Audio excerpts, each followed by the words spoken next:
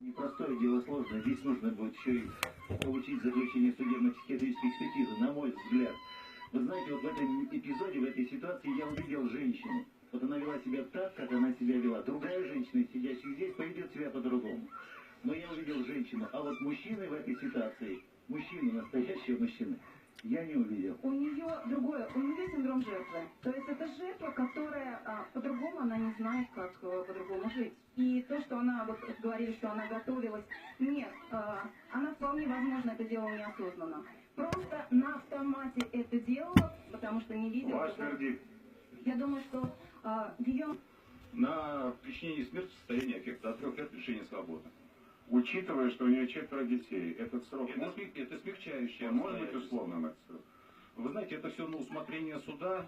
Сначала все-таки следствие. Здесь вот было такое понятие, как приготовление к совершению преступления, убийства.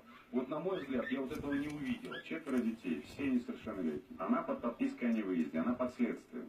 Вот как... Вы уже увозили.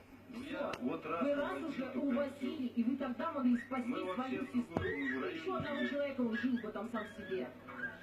Вы мужчина в доме. Вы. Эта женщина очень сильно запугана, и она, я думаю, что понимала, что никакой защиты не получит ни от мамы, ни от брата, ни от...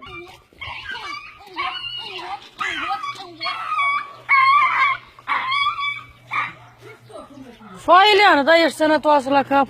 De ce vrei tu fac? Tu ți-a crescut nevăști asta. Eu vreau să dorm, tu nu-ți chiar la câini la capul meu. Ha, ne-a numai cu ouăle la rață, nu în cap. Ce e așa?